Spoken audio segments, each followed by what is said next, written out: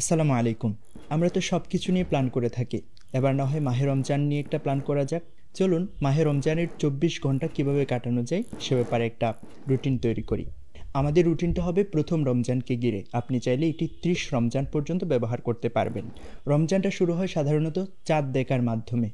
কিন্তু সোশ্যাল মিডিয়ার এই যুগে আমরা নির্দিষ্ট কর্তৃপক্ষের দিকে মুখিয়ে থাকি কখন তারা চাঁদ দেখা গিয়েছে সে সংবাদটা আমাদেরকে জানাবে।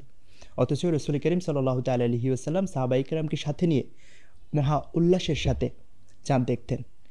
চাঁদ দেখা প্রিয়নবী সাল্লাহ তালাহি আসাল্লামের একটি সুন্নাও বটে। চাঁদ দেখার পরপরই যে দোয়াটি পাঠ করতে হবে সেটি হচ্ছে আল্লাহুম্মা আহিল্লাহু আলাইনা বিল আমানি ওয়াল ইমান ওয়াসালামাতি ওয়াল ইসলাম ওয়া তৌফিক লিমা তুহিব্বু ওয়া তারদা রব্বি ওয়া রাব্বুকাল্লাহ।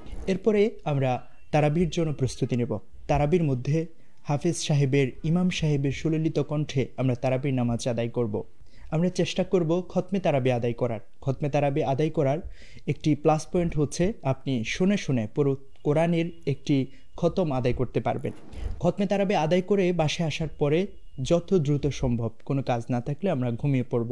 কেননা রসুল করিম সাল্লাহ তালাহি আসাল্লাম এশার নামাজের পরে না ঘুমিয়ে অন্য কোনো কথাবার্তা বলা বা গল্প করাকে অপছন্দ করতেন।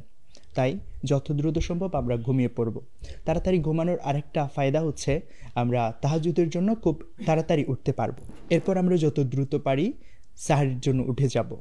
কমপক্ষে হাতে 40 মিনিট থেকে 1 ঘন্টা সময় যেন আমাদের হাতে থাকে, সেরকম সময় নিয়ে উঠলে আমরা তাহাজ্জুদটা খুব ধীর স্থিরভাবে ধীরে সুস্থে আমরা আদায় করতে পারবো। বছরের অন্যান্য মাসে আমাদের তাহাজ্জুদ পড়ায় তেমন একটা সুযোগ হয়ে ওঠে না, তবে মাহে রমাদানে সাহরির আগ মুহূর্তের সময়টাকে আমরা তাহাজ্জুদের জন্য কাজে লাগাতে পারবো ইনশাআল্লাহ। তাহাজ্জুদের পরের কাজ হচ্ছে সাহারি খাওয়া। সাহারির মধ্যে রয়েছে বারাকা। সাহারি খাওয়া সুন্নাহ। রাসূল করিম সাল্লাল্লাহু তাআলা আলাইহি ওয়াসাল্লাম ইরশাদ করেছেন, তাসাহারু ফা ইন্না ফিস সাহারি বারাকা। হে আমার উম্মতেরা, তোমরা সাহারি খাও, কেননা সাহারির মধ্যে রয়েছে বরকত। সাহারি খাওয়ার পরে আমরা আজানের জন্য অপেক্ষা করব। আমাদের মধ্যে এমন অনেক মানুষ আছে যারা সাহারি খেতে খেতে মুয়াজ্জিনের আজান পর্যন্ত সময় করে ফেলে। এটা উচিত না। তো আমরা সাহারির পরবর্তী আজানের আগ মুহূর্ত পর্যন্ত যে সময়টা থাকে সে সময়ের মধ্যে আমরা জিকির আজকার করতে পারি, কোরআন পড়তে পারি, অথবা আমরা কোরআনের তেলাওয়াত শুনতে পারি। মুয়াজ্জিন আজান দেওয়ার পরপরেই আমরা ফজরের নামাজ আদায় করে নেব ইনশাআল্লাহ। আমাদের মধ্যে অনেকে আবার ফজরের নামাজ পড়ার পরপরেই ঘুমিয়ে পড়েন, অথচ এটা উচিত না।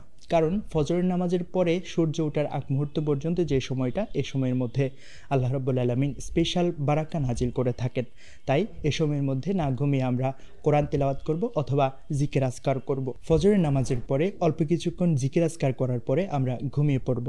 তবে এমন ঘুম দেওয়া যাবে না যে একেবারে জোহরের ওয়াক্ত হয়ে যায়। আমরা 2 ঘন্টা কিংবা 2.5 ঘন্টা অথবা 3 ঘন্টার জন্য ঘুমাতে পারি। এরপরে যার যে কাজ, কারো যদি অফিস থাকে আমরা অফিসে চলে যাব, অথবা অন্য কোনো গুরুত্বপূর্ণ কাজ থাকলে আমরা সেটা পালন করব, অথবা স্কুল কলেজে যেতে হলে আমরা সেটাও করে নিতে পারি।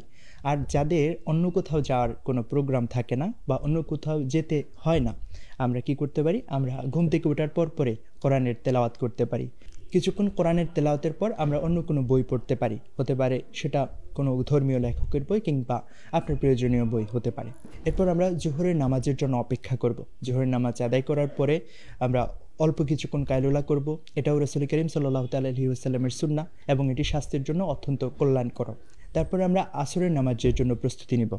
যথাসময়ে আসরের নামাজ আদায় করার পরে আমরা ইফতার সাজানোতে নিজেদের সময়গুলো ব্যয় করতে পারি, এবং ইফতারের আগ মুহূর্তের সময়টা দোয়া কবুলের জন্য অত্যন্ত গুরুত্বপূর্ণ একটা সময়। রাসূল করিম সাল্লাল্লাহু তাআলা আলাইহি ওয়াসাল্লাম ইরশাদ করেছেন যে আল্লাহ রাব্বুল আলামিন ফেরেশতাদেরকে উদ্দেশ্য করে বলেন, হে আমার ফেরেশতারা, তোমাদের এতদিন পর্যন্ত যে দায়িত্ব ছিল সে দায়িত্ব তোমাদের উপর থেকে মওকুফ করা হলো।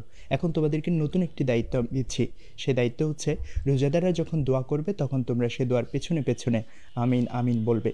অর্থাৎ এই ইফতারের আগ মুহূর্তের দোয়া, ইফতার সবগুলো সাজিয়ে গুছিয়ে রেখে বান্দা যে দোয়া করে সে দোয়াটা আল্লাহ রাব্বুল আলামিন অত্যন্ত পছন্দ করেন। এরপর যত দ্রুত সম্ভব আমরা ইফতারটা করে নেব। রাসূল করিম সাল্লাল্লাহু তাআলা আলাইহি ওয়াসাল্লাম হাদিসে মুবারাকায় আরও ইরশাদ করেছেন, আমার উম্মতের মধ্যে যে সমস্ত লোক তাড়াতাড়ি ইফতার করবে তারা কল্যাণের উপরে থাকবে। এবং ইফতারের ক্ষেত্রে আরেকটি খুবই গুরুত্বপূর্ণ বিষয় হচ্ছে আমাদের দেশে অত্যন্ত ভাজা পোড়া জিনিস খাওয়া হয়। এতে করে আমাদের স্বাস্থ্যের জন্য ক্ষতিকর, আমাদের স্বাস্থ্যহানি ঘটে এবং বিভিন্ন রোগবালাই দেখা যায়, বিশেষ করে গ্যাস্ট্রিকের সমস্যা দেখা দেয়। আমরা যতটুকু সম্ভব এগুলো থেকে বেঁচে থাকার চেষ্টা করব। এবং ইফতারের জন্য সুন্নাহ হচ্ছে খেজুর এবং পানি গ্রহণ করা। ইফতারের পরে সাধারণত একটু ক্লান্তি আসে, সো এই সময়টাকেও আমরা কাজে লাগাতে পারি বই পড়তে, কোরআন তিলাওয়াত করতে এবং তারাবির জন্য প্রস্তুতি নিতে। একটু রেস্টও নেওয়া যায়, তবে ঘুমিয়ে পড়া যাবে না। অবশ্যই সোশ্যাল মিডিয়া ইউজ করা যাবে না। আর আমাদের যাদের মোবাইল ইউজ করার একটা অভ্যাস তৈরি হয়ে যায়, আমরা তখন মোবাইল ইউজ করতে পারি, তবে কোরআন তেলাওয়াত শুনে অথবা নাশিদ শোনার মাধ্যমে। সবচেয়ে বেশি ভালো হয় যদি কোরআন তেলাওয়াত আপনি শুনেন।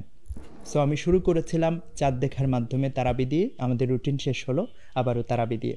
সো এই ছিল 24 ঘন্টার রুটিন। আপনি আপনার মতো করে এখানে সংযোজন বিয়োজন করতে পারেন। সবাইকে রমাদান করিমের শুভেচ্ছা জানাচ্ছি। আসসালামু আলাইকুম রহমতুল্লাহ।